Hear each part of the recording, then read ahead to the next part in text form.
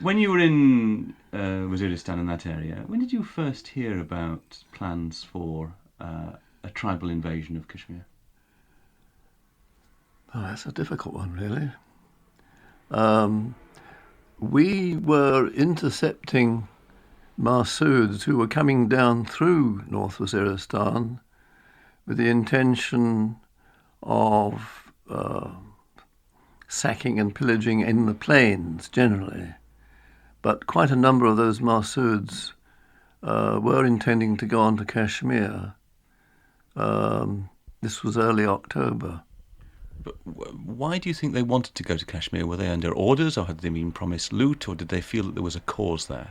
Oh, they felt there was a cause, I'm sure. But loot, etc., was also very much to the front of their minds. We actually had a camp outside the walls of the post I was in at the time, where they were impounded, all these Mahsuds. Actually got a picture of that. But it was general talk. We were more obsessed at the time with getting the Hindu and Gurkha troops out of North Waziristan into India. And we were organising convoys, and we also organised an airlift from Miran carrying Sikh troops. But you've got a photograph which you showed me of Afridis who were also heading to Kashmir. When was that taken? That was much later on. That was about the 17th of November, something like that. They were carrying on pouring into Kashmir for weeks after the initial invasion. And of course they were not only going into up the Muzaffarabad road, but also directly across into the Punch area. For people who've never been to that part of the world and haven't seen the photographs, what did these Masouds and Afridis look like? What sort of manner of people were they, and how were they armed? They were typical tribesmen in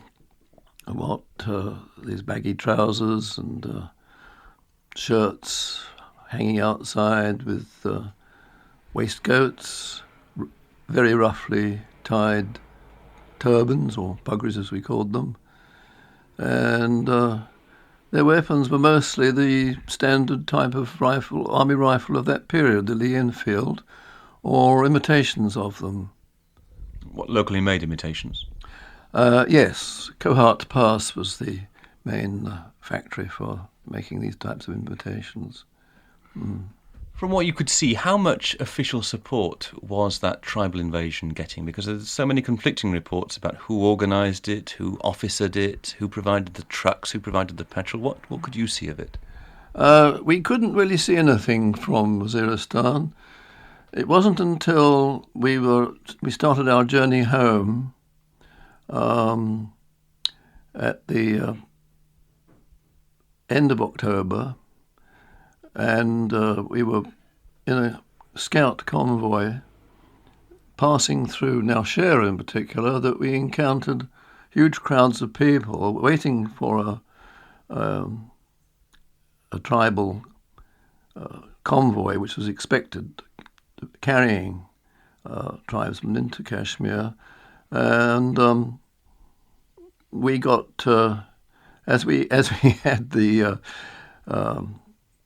crescent and stars on the sides of our trucks, the scout trucks, they obviously thought we were something to do with this, and they were throwing flowers at us as we passed through Nowshera. When we got to Rawalpindi, then of course we realised just what was going on. There was a lot of war correspondents and so on there that we met up with. How big were the convoys that were heading towards Kashmir? Were they travelling in lorries or buses or what? No, they were travelling in typical tribal buses that you will have seen, all painted up and covered with graffiti and people sitting on the roofs, typical of those buses. There weren't any, we never saw any army lorries or scout lorries at all. And armed simply with rifles, nothing else? As far as we could see, yes. But then, we didn't really see any of them until I made my journey up to Baramulla. Did you see any sign of Pakistan regular troops in support or providing officers or Pakistani munitions being used or providing petrol? No, we couldn't see any sign of that. It seemed to be entirely a tribal movement. But not all the tribes, because I know the Waziris were not as involved as others. That's right. The Waziris were very much subject to the Fakir of Ipi, who was a pro-Congress mullah, and had forbade the tribesmen to take part in any sort of invasion either of the plains or of Kashmir. So you were in Rawalpindi. How did you get involved in the mission up to Baramulla? I was in was it Flashman's Hotel, I think it's called there, and there were a number of Pakistani officers there as well, and we got talking, and I said I'd just come from Waziristan, and that I was a Castador officer, and they said, well, do you speak Pashto? And I said, yes, a fair amount. And they said that they were organising a convoy to go to Baramulla because there'd been a massacre there, which included Europeans, and would I accompany them as interpreter? And I agreed to do this, and we set out the next day, a small convoy. No, we think this is what, November? You said November the 3rd or 4th, you think it is? I think it was about November the 3rd. It was soon after I got to Pindi. And this was organised by the Pakistani Army Command? Yes, by the Pakistan Army Command. We had just a few 3-ton lorries and 1,500 weights, and we couldn't get hold of Red Cross flags, so the Red Cross was painted on the tarpaulins of the trucks. We went up actually via Abbottabad because the normal road up through Kohala was so congested with all the tribal lorries that we knew we wouldn't get through easily, whereas the Abbottabad road was well on the frontier, the northwest frontier side of the border, and free of tribesmen. And then there's a road that goes across from Abbottabad, I think, to Kohala, and then up to Muzaffarabad. Then you followed the road alongside the River Jhelum up to Baramulla. You went straight to Baramulla, did you? Yes, we went straight to Baramulla. Yes. What sort of state was Baramulla in? Oh, it was an absolute state of devastation at this time. Not so much from artillery fire, but from sacking and looting and pillaging. Shops had been, well, they don't have shop windows there, but the entire contents of shops had been pulled out of they're all lying in the street, and the general air of devastation. Were you shocked by what you saw? Oh yes, I was very shocked actually, because having been a Castador officer and worked with the Waziri tribesmen, I had quite a high opinion of them, but I knew nothing really about Massouds apart from their bad reputation.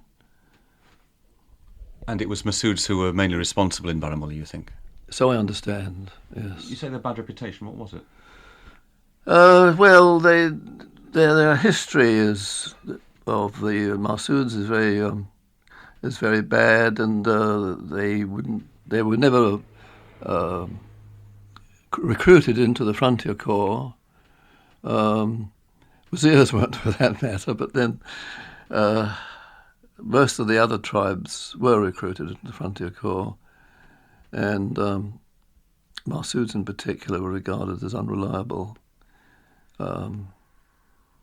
Their history is quite a bad one. When you say bad, you mean trigger-happy, bloodthirsty? Yes, involved in, particularly in ambushing army convoys. They were quite well written up in my Frontier Legion book of the Masood history. What was the convent and the convent hospital like when you got there? What activity was there? What buildings were there? Well, they were typical Indian type buildings. I didn't actually go in to them myself because I was outside talking most of the time, talking to the tribesmen who were there, and discussing what had happened. Naturally, they all disclaimed any responsibility, but did tell us that it was Masood, as they call them, who had done the massacre. Masoods, yes. What did they say had happened? Those who were there didn't know at the time when we arrived. Obviously, the ones who had carried out the massacre had made themselves scarce. And who did you find still in the convent and the hospital? We found the old priest and quite a few nuns, and of course a lot of children. And there was one English lady and her child as well who'd taken cover there. And that was about it. And the children were European or local? They were mostly European, a mixture really of both. Do you know what they were doing at the convent? How they came to be there? Oh, they were at school there. Local Europeans sent their children to be schooled there. And what sort of state were they in? They were in good state. The nuns were looking after them. They were well fed and well clothed. Did you know before you'd set off for Baramulla about the killing of Colonel Dykes and his wife? Yes, we did hear about that. Mm. How did you hear? Can you remember? The Pakistani officers told me in Pindi. They'd heard about it. And when you got to the convent, was there any sign of their graves? No. And we did ask, and nobody seemed to know at that time. What information did the survivors give you about what had happened? I can't recall in detail, but the old priest told us about the shooting of Colonel Dykes. And did he say how it had happened? No, he didn't. He was very vague and terribly upset at the time. I rather gather it was on his entering the convent. He was shot down because he was trying to reason with the tribesmen to leave the building. But I just don't know how. I just don't know any detail about it at all. So did you evacuate everybody who was in the convent? Yes, we did those at the time. There were quite a number of local Hindu and Sikh women who took refuge there. Were they still there when you arrived? Yes, they were there, and we took them with us as well. Mm. So how many people do you think you took with you? I would say we probably took about 40 or 50. Including the children? Yes. They had to be. I know we had to pack them into the 3-ton trucks we had. And the nuns were mainly European or exclusively European? Mainly European. I didn't notice any non-European nuns there. Was Baramulla then under aerial attack from the Indian Air Force? Not while we were there. They were overflying the road, but we didn't actually witness any attack on Baramulla at that time, on that day. But there was a certain urgency about your mission. Oh yes, indeed, yes. Why? Well, we were apprehensive that the tribesmen would run amok again and there would be a repetition. So the urgency was because you thought the tribesmen would attack again, not because you thought that the Indian Air Force would attack and strafe the road? No. I mean, we knew that it was likely to strafe the road, but we did feel that they would respect the Red Crosses on the lorries. Can you remember how the buildings were in the convent and the hospital? Were they badly damaged? No, they weren't that badly damaged. There, of course, a lot of furniture and fittings had been dragged out, and I didn't go to the chapel, but I understand the chapel was very badly sacked. All the religious figures and stations of the cross wrecked and damaged, but I mean that would have been on a religious basis probably. Did you see any evidence, or did you hear any evidence of rape of the nuns? No, I didn't actually. Although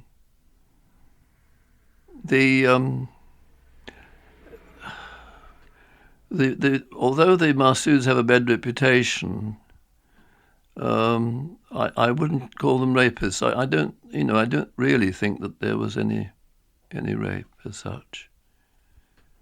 Do you remember the three children of Colonel Dykes when you reached the convent? Did you single them out? Did you see them or talk to them? No, I didn't. They were mixed with all the other school children. I didn't particularly see them.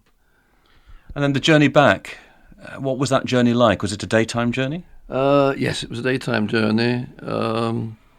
We went up very early in the morning and we came back soon after midday.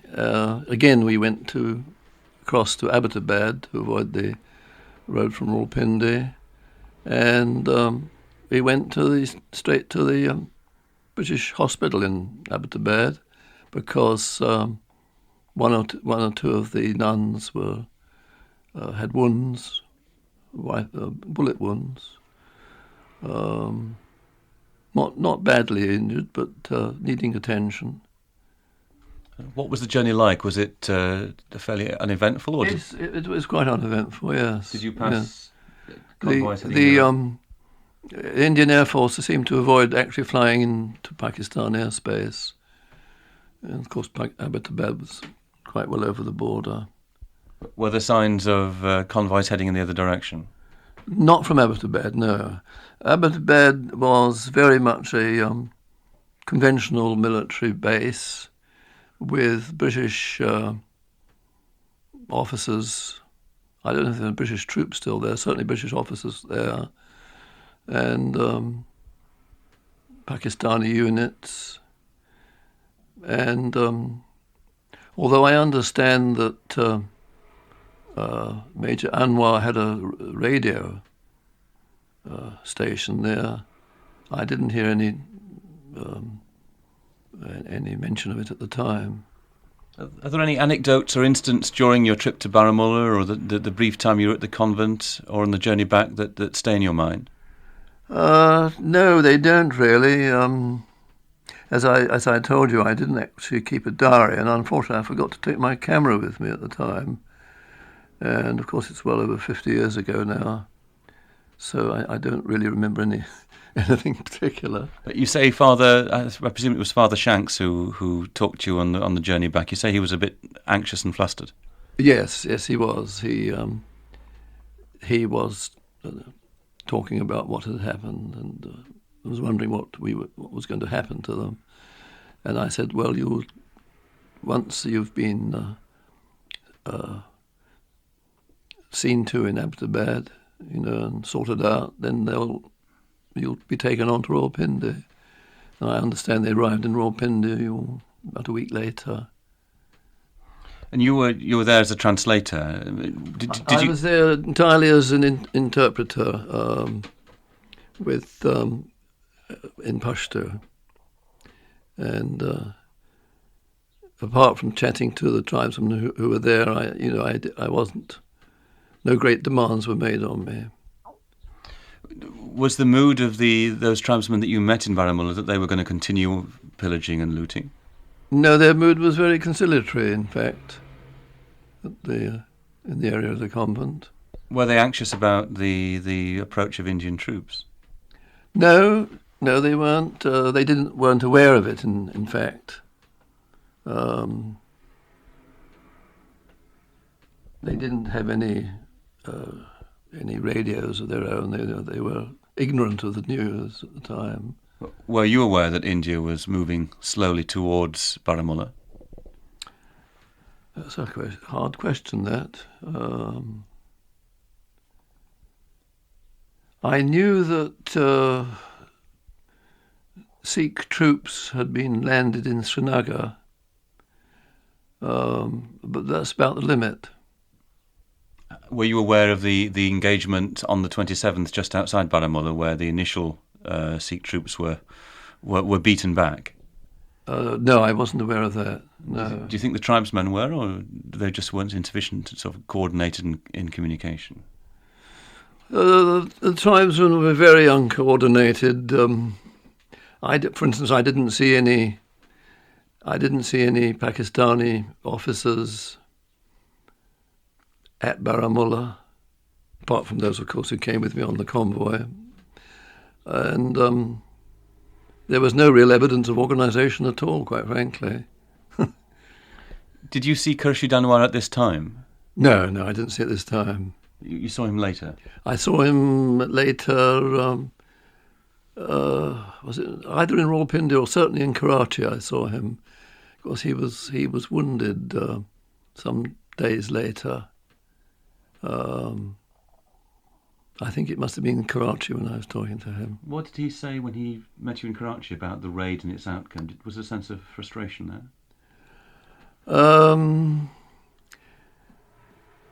Yes.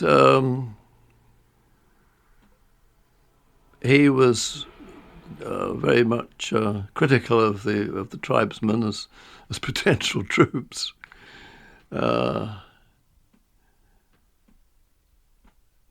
But no, I can't recall in detail what he was saying.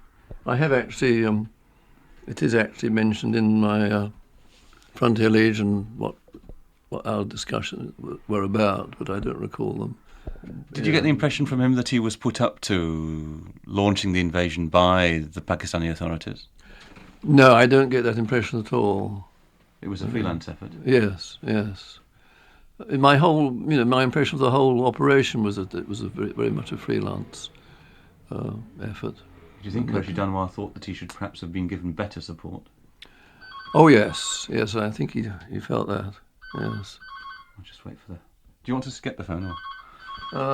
My wife will probably answer it in the other room. Right. She's outside somewhere. You can switch off, can you? Yes. Anyway, that's my problem. We were talking about Khurshid Anwar, but you also he died from his injuries, didn't he? Eventually, I mean, it wasn't immediately, but I think after some months. Oh, I didn't know that actually, because when I saw him in Karachi, he appeared to be okay. Did I include that part of the story in the? I did. Yes. About what he said to you in Karachi? Yes. I got the impression he was expecting a pincer movement, and one after the pincer movement, I think you said it just never happened. That's right, yes, the part through Punch. What part, what was he expecting? Well, he was expecting an advance both on Baramulla and in the area further south. Virtually straight across the border there, but of course it's very mountainous in that particular area, and possibly the tribesmen were discouraged by the terrain. But it's all part of the disorganised nature of the operation, really. If it had have been a better organised operation, do you think Pakistan would have taken the valley?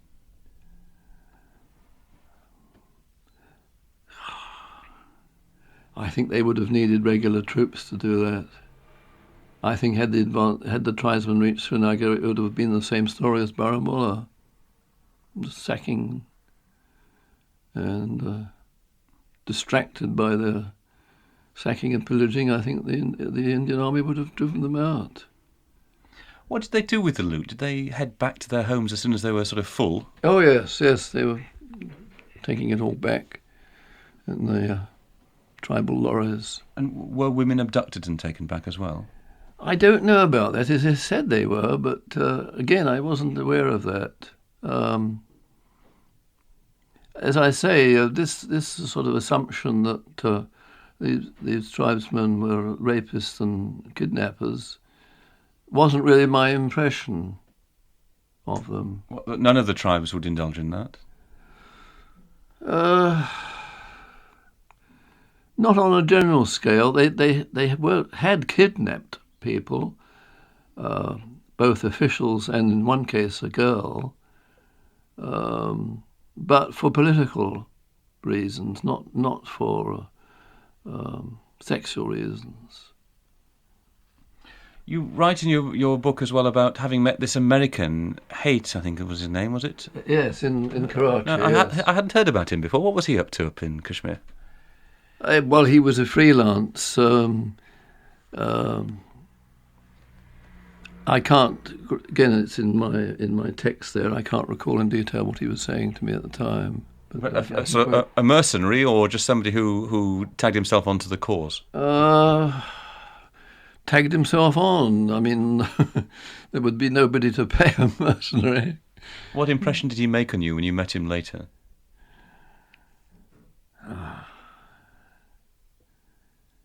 He was, I would say, he was a rather big-headed sort of chap who didn't really have any concept of what was going on and the nature of the people he'd be operating with. And he pulled out because of the chaotic conditions. Did you see any signs of British officers attached to the Pakistani army accompanying their soldiers into Kashmir? No, I never saw that, and I understand that only took place in the following year in 1948, when Captain Harvey Kelly, or Major Harvey Kelly, I think it was involved. But that's well written up in the Army newsletter article. And when you were evacuating from the convent, was there an English or British newspaper guy in the convent still? Because there had been one earlier. No, I don't recall that at all. And we were there for such a short time, just a matter of a few hours. And some people say that the Mother Superior, who I think was a Belgian woman, Sister Aldertrude, who was quite badly injured, was taken out in advance of the evacuation. Do you know if that was true? No, I thought she was with us. But then one looks very much like another. We did leave them at the hospital, so that was the last I saw of them. And then you went back to Rawalpindi? Yes. Same day? Same day, yes. So in a day you went Rawalpindi, Baramulla, Abbottabad, Rawalpindi? That's right, yes. Arrived back in Rawalpindi late that night, because I was keen not to miss out an opportunity to get back to Karachi, but of course, in fact, it was another 10 days or so before I got to Karachi, and then many weeks there waiting for transport home. You were a very young man at the time, and stirring events were happening all around you. Some of them sad, but some of them quite exciting. Yes. What was your feeling? Can you remember as you were on that mission? Was it one of foreboding or excitement or curiosity? Excitement, I suppose, in a way. I was always an adventurous type of person, and my experience in Waziristan, patrolling with these Cassadars, made me possibly take risks. Although, generally speaking, we were dressed in the same outfit as the Cassadar, so we were not normally conspicuous.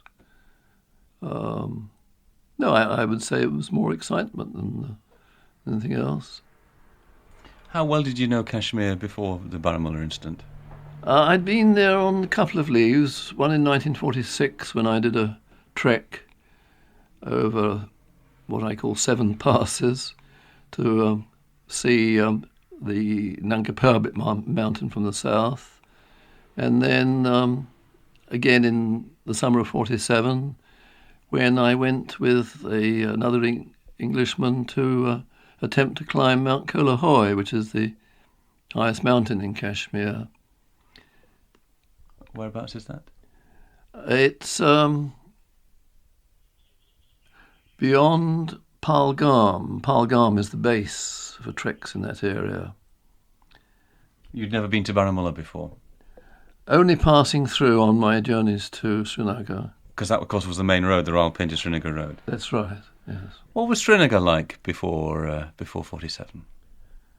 Oh, it was a lovely place. There was a fine hotel there, Nehru's Hotel, and most of the life was along what they call the Bund, the riverside promenade, and there was a houseboat nightclub there run by White Russian refugees, but of course most people opted to stay on a houseboat, either on the Dal Lake, which was nearby, or on Wulla Lake, which was north of Srinagar and very much larger.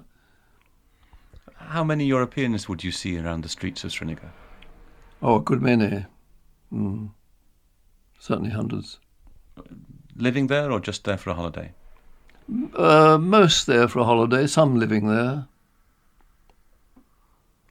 So there was a sizable European community there? Oh, yes, indeed, yes. What were they doing? Retired, most of them, yes. Lot of wives spent the hot summer months up there, living in either in rented accommodation or in the club attached to the clubhouse on Dal Lake. The club had sort of residential building where people stayed. Did you see much of the resident or the residency? No, I didn't have any part in official life there at all. And there were no British military officers or British police in the Principality? Not that I know of, but I think there were some British officers in the Kashmir forces, in the Kashmir army, but I didn't see any. Looking back on the Baramulla incident, I mean, what are your feelings about it today? I mean, just one of those things or something more than that?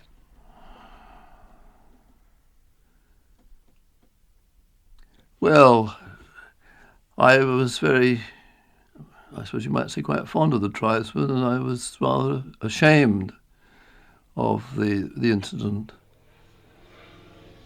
How did you feel about the fact that a fellow British officer had been killed at their hands? Oh, I was appalled. I was appalled by that. That's about all I can say, I think.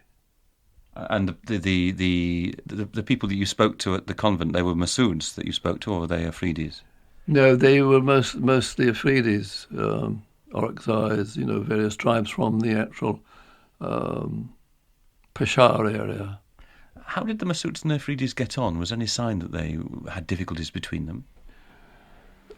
Yes, Afridis very much looked down on the Masouds as being junglies, They were very contemptuous of them. What would you mean by junglies? Rough types, uncivilized people. Were they right? Not entirely, no. But the Masouds were certainly the most indisciplined and riotous of all the frontier tribes, and notorious for that. At Baramulla, there's lots of stories that they were extremely violent, particularly to the Sikh community. There was, and in fact there still is, quite a large Sikh community in Baramulla. Would that make sense that the tribesmen would feel particularly antipathetic towards Sikhs, given what had happened in Punjab? Yes, they felt very antipathetic towards the Sikhs. In fact, even in Waziristan, we had great problems protecting the Sikh troops there.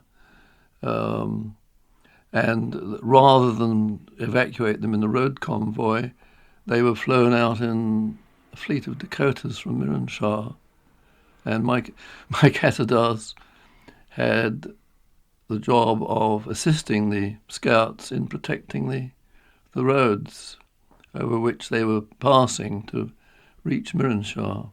Most of them were in the big camp at Razmak in the heart of Waziristan. So if Masouds and Afridis came across a civilian community of Sikhs as they would at Baramulla, then they would obviously be a potential target. They would indeed, because everybody had heard about the Sikh Datas, I think they called them, in the Punjab, slaughtering the Muslim villagers. That was well known. And seeking revenge would be natural. Yes, indeed. What was the sort of the view of the Afridis and Masouds to religion? How religious were they? Were they jihadis in any modern sense?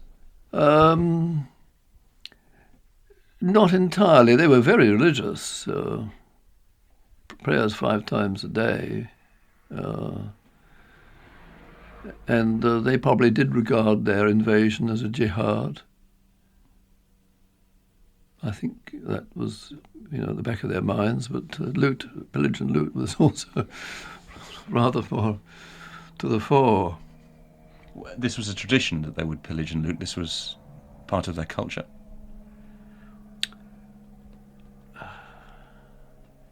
Well, it was once upon a time, but not in recent years. I think the British administration of the tribal territories was very effective. It was done very much by a form of bribery in the way of tribal allowances, and the Cattadars themselves were paid by the British authorities. And a Cassadari, as it was called, was very much valued and often passed from father to son. There had been pillaging, of course, of Tonk in the Dera Ismail Khan province of the frontier, shortly before the invasion of Kashmir, and that was by Masouds. So they, in a sense, they had the bloodlust. And what was their local form of organisation? Who held authority within a group of raiders? Did they come with Maliks? They were supposedly come with Maliks, but I met no Maliks in Baramulla. Their normal organisation would have been by Malikat, which in fact is a council of Maliks, but individual Maliks didn't really hold that much power. They only held power as a council. Malikat is where the word Mulakat comes from, is it? An interview, yes. When you went into Baramulla, if you went to the convent, you wouldn't have had to cross the Jhelum into the town proper, because the convent is on the road side of the town, of the river, if you see what I mean. The Rawalpindi Srinagar road goes along the left bank of the river, and the main town is in the... Did you actually go into the main part of Baramulla? No. We followed the road up beside the river to the convent, but we could see part of Baramulla from where we were, and hence the impression of the devastation there. Was there any sign that the violence was continuing, any smoke rising or things like that? No, not at that time. Or any signs of population movement? No, it seemed quite dead. As if the population had already gone or was staying indoors? I think they're just keeping their heads down indoors. And you never had any attempt by Afridis or Masouds to stop your convoy either on the way up or the way back? No, we weren't intercepted at all. There were no roadblocks, certainly not from the Abbottabad side. Did you see any evidence that the convent was being used as a sort of local headquarters by the tribesmen, or that they were using it to park their buses and lorries? Oh yes, well there were a lot of their lorries around the area. parked up. Some of them actually shot up as well. So they had obviously been attacked by either Indian troops or more likely by Indian aircraft at that time. Because such a concentration of vehicles would make the convent a target for aerial attack. Yes, it would do, yes. Did you see any signs that any of the tribesmen had been treated by the nuns? No, I didn't see any signs of that, but I understand they were, that the nuns actually did bind up their wounds, but I don't think any of them lingered in the convent infirmary. And I understand that all those who survived the attack were in one ward of the hospital, which I think had several wards. Did you go into that room at all? No, I didn't. In fact, I didn't really enter the convent at all. The Pakistani officers went in, and I was outside, as I said, talking to the tribesmen and